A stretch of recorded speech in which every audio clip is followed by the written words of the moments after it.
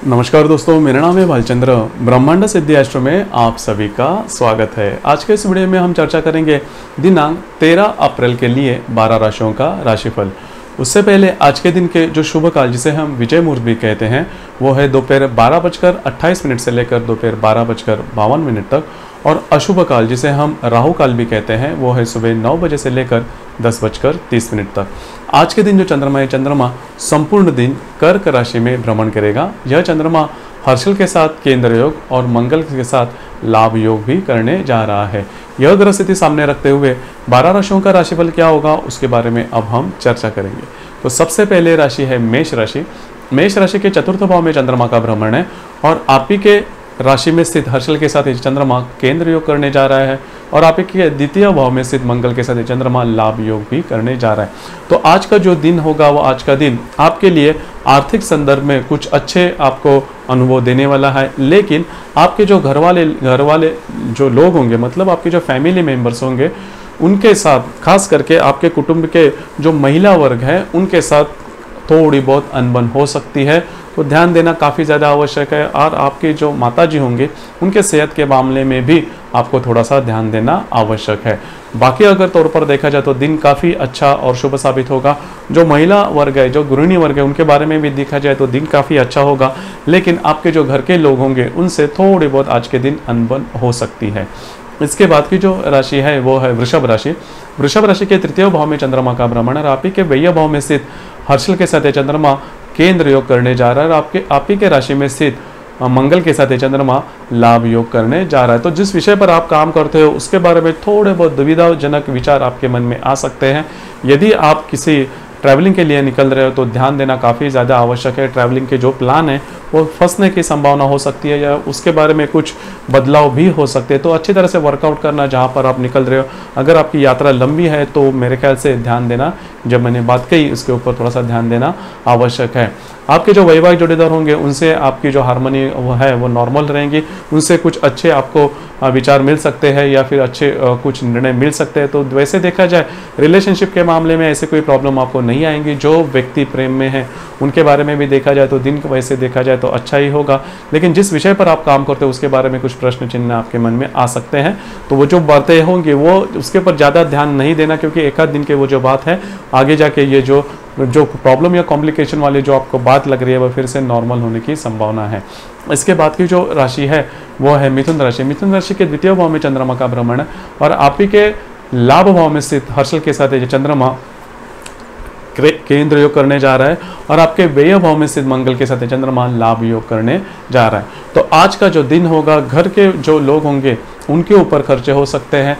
Unwanted unexpected खर्चे आज के दिन हो सकते हैं, जिसके लिए आप तैयार नहीं हो, आपको वो खर्चे पसंद नहीं हैं, लेकिन फिर भी आपको वो खर्चे करने पड़ सकते हैं। तो उसी के बारे में जो आपका मन होगा वो इतना अच्छा नहीं होगा, मतलब निराशा थोड़ी मन में छाई रहेगी कि जो खर्चे हो रहे हैं वो अनएक्सपेक्टेड हो रहे हैं, या फिर वैल्यू फॉर मनी जिसे हम बोलते हैं वो उसके बारे में, मतलब वो आप सोचोगे कि जो खर्चे हो रहे हैं वो सही में नहीं हो रहे। हालांकि आपकी राशि खर्चे करने के मामले में आगे पीछे नहीं देखती, लेकिन आज आप जैसा सोचते हो उसी प्रकार वो खर्चे नहीं होने के कारण जो दिन होगा थोड़ा बहुत निराशाजनक होगा, और थोड़ी बहुत आपके मन में उसके बारे में शंका भी रहेगी।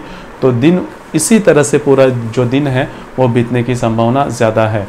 इसके बाद की जो राशि है वो है कर्क राशि। कर्क राशि में ही चंद्रमा का भ्रमण है, और आप ही के दशम भाव में स्थित हर्षल के साथ चंद्रमा केंद्र योग करने जा रहा है, और आप ही के लाभ भाव में स्थित मंगल के साथ चंद्रमा लाभ योग करने जा रहा है। तो मेरे ख्याल से दिन वैसे देखा जाए तो काफ़ी अच्छा है। प्रत्यक्ष लाभ के बारे में आपको अच्छे लाभ मिल सकते हैं। उसी प्रकार आपके जो मित्र परिवार होंगे उनसे भी आपको कुछ अच्छी मदद आज के दिन मिल सकती है। लेकिन जहाँ पर आप काम करते हो वहाँ पर आपके जो काम करने की जो मतलब ये है टेक्निक है उसको लेकर कुछ प्रश्न चिन्ह खड़े किए जा सकते हैं, या फिर आपके काम के बारे में कुछ तकरार वगैरह हो सकती है। तो वहीं पे थोड़ा बहुत आपका जो ध्यान होगा डिस्ट्रैक्ट हो सकता है, थोड़ी बहुत निराशा हो सकती है। तो दिन इसी प्रकार से बीतने वाला है। जहाँ पर आप काम करते हो या फिर बिजनेस करते हो वहाँ पर की जो परिस्थितियाँ वो परिस्थितियाँ जैसे आप चाहते हो उस प्रकार से नहीं होगी। तो मेरे ख्याल से उसके ऊपर थोड़ा सा अगर आप ध्यान दोगे, और ऐसी कोई बात आपको समझ में आती है कि भाई दिन अच्छा नहीं है, जो भी प्रॉब्लम्स है कॉम्प्लिकेशन है उसके ऊपर ज़्यादा ध्यान नहीं देना। इसके बाद की जो राशि है वो है सिंह राशि। सिंह राशि के 20वें भाव में चंद्रमा का भ्रमण है। आप ही के भाग्य भाव में स्थित हर्षल के साथ ये चंद्रमा केंद्र योग करने जा रहा है। आपके दशम भाव में स्थित मंगल के साथ ये चंद्रमा लाभ योग करने जा रहा है। तो आज का जो दिन आपका होगा काफ़ी ज़्यादा स्ट्रेस वाला होगा। यदि आपने किसी से कर्जा लिया है, लोन लिया है, या फिर आप किसी के विटनेस रहे हो, तो उसके बारे में कुछ लीगल कुछ कॉम्प्लिकेशंस वगैरह आ सकते हैं, या फिर ऐसी कोई खबर आपको मिल सकती है जिसकी वजह से स्ट्रेस पूरा बना रहेगा। पूरा जो दिन है आपका स्ट्रेस में ही बीतने की संभावना है।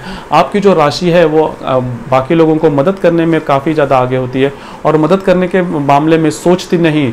तो इसी वजह से ऐसी कोई प्रॉब्लम या इस प्रॉब्लम में या कॉम्प्लिकेशन में इसके पहले आप फंसे हो तो उसके बारे में कुछ बातें सामने आ सकती है। ज़्यादा स्ट्रेस नहीं लेना, 1-2 दिन की बात है, इसके बाद वो पूरी तरह से नॉर्मल हो जाएगी। लेकिन स्ट्रेस में आकर कुछ गलत डिसीजन नहीं लेना। इसके बाद की जो राशि है वो है कन्या राशि। कन्या राशि के लाभ भाव में चंद्रमा का भ्रमण है और आप ही के अष्टम भाव में स्थित हर्षल के साथ यह चंद्रमा केंद्र योग करने जा रहा है। तो लाभ के बारे में जो आपने सोचा था वो लाभ आज आपको नहीं मिलेंगे।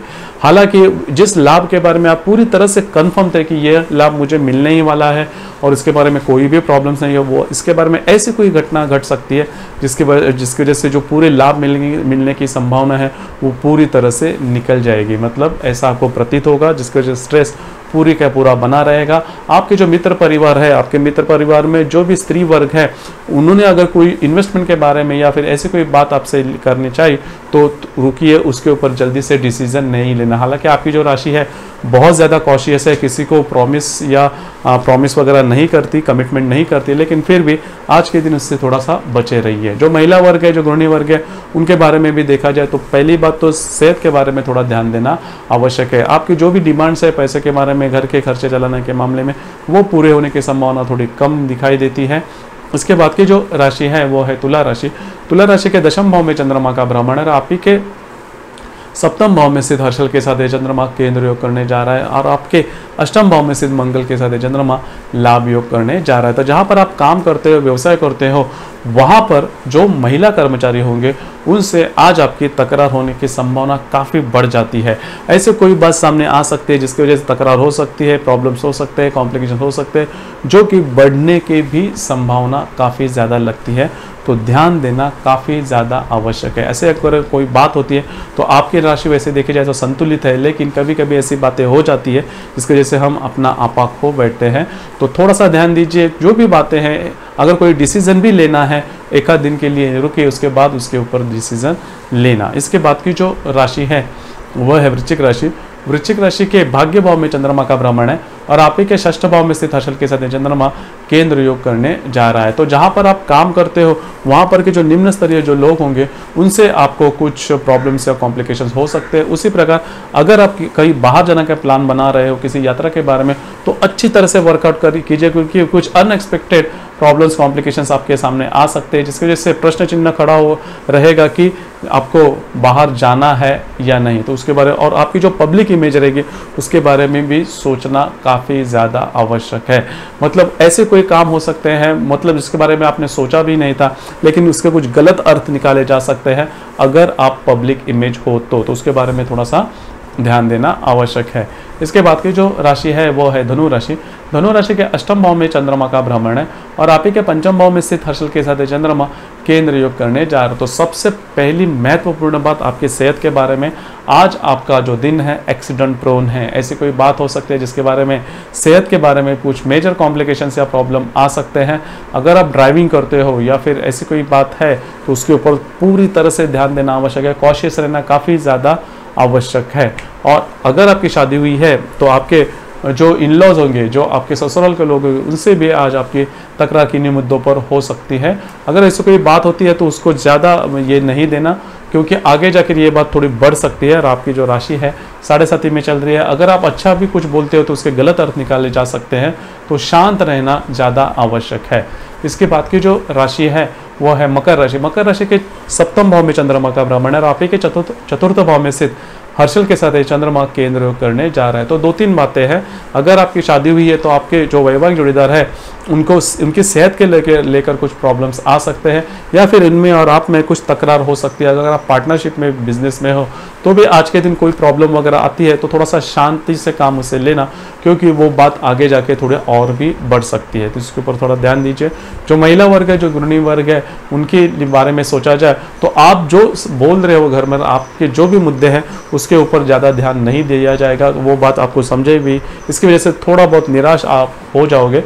एक आध दिन के लिए रुके, आपकी जो मतलब मानसिकता है पूरी तरह से नॉर्मल हो जाएगी। इसके बाद की जो राशि है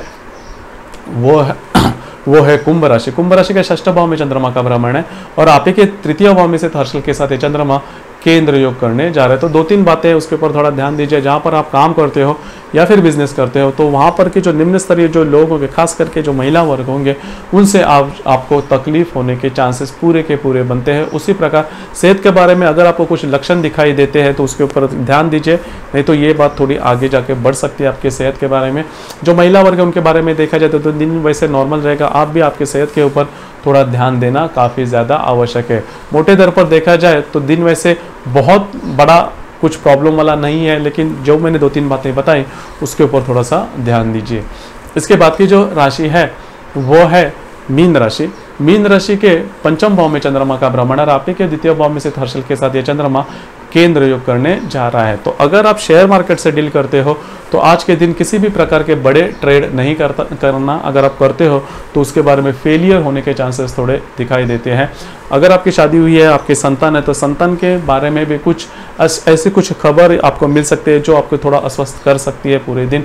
बाकी मोटे तौर पर देखा जाए तो दिन वैसे अच्छा होगा, किसी भी प्रकार के बड़े प्रॉब्लम्स या कॉम्प्लिकेशंस आपके लिए नहीं आएंगे। जो महिला वर्ग है, गृहिणी वर्ग है, उनके बारे में देखा जाए तो दिन वैसे नॉर्मल ही बीतने वाला है।